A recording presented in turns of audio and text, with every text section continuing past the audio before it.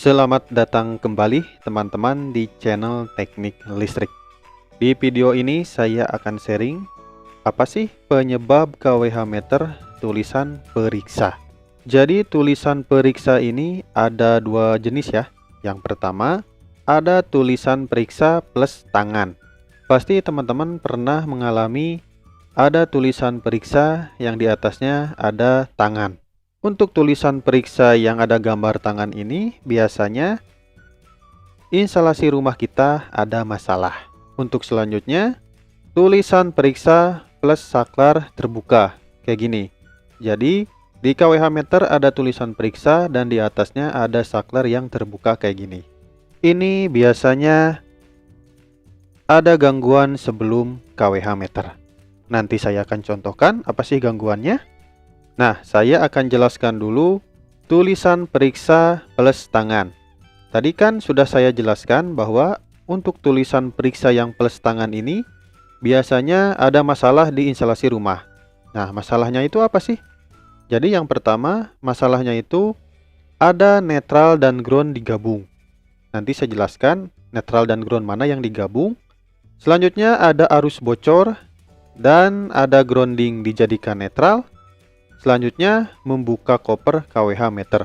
Jika 4 ini terpenuhi, maka teman-teman akan ada tulisan periksa di KWH meter. Sebenarnya masih ada juga ya yang lainnya, tetapi yang paling sering dialamin tuh kayak gini. Kasus kayak gini. Jadi, maksud dari netral dan ground digabung itu di mana sih? Lihat teman-teman. Di sini saya sudah ada rangkaian dari KWH meter menuju ke MCB group. Yang dimana di sini sudah dihubungkan antara ground dan netral. Lihat teman-teman. Sebenarnya untuk ground dan netral itu emang digabung ya.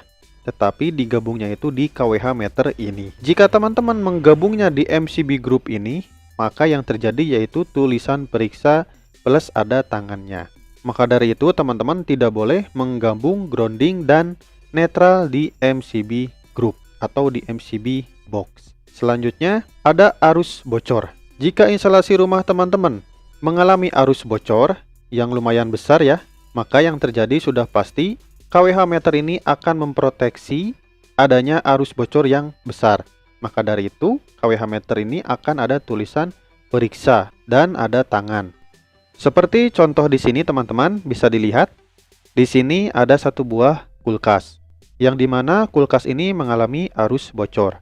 Arus bocornya dari mana sih? Yaitu dari kabel pasa ini tersentuh ke kulkas ini yang mengakibatkan ada arus mengalir yang masuk ke KWH meter, lihat, melalui jalur grounding.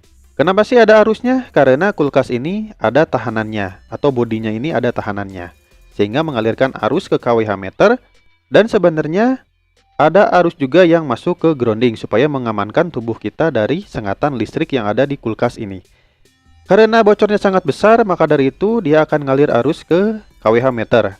Karena bocornya besar sekali, maka akan otomatis KWH meter ini akan ada langsung tulisan periksa. Maka dari itu, teman-teman pentingnya digabungkan grounding di KWH meter itu kayak gini. Supaya mendeteksi adanya arus bocor dari instalasi rumah kita.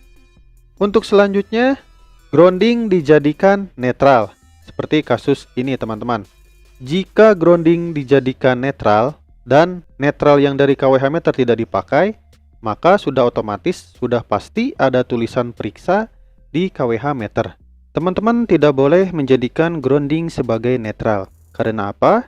Di sini sudah ada kasusnya ya. Jadi, jika tiba-tiba kulkas ini bertegangan karena ada arus bocor yang dari pasa ini menyentuh bodi, maka si arus ini tidak akan dibuang ke grounding, tetapi tertahan di stop kontak karena tidak disambungkan groundingnya, malah dijadikan netral.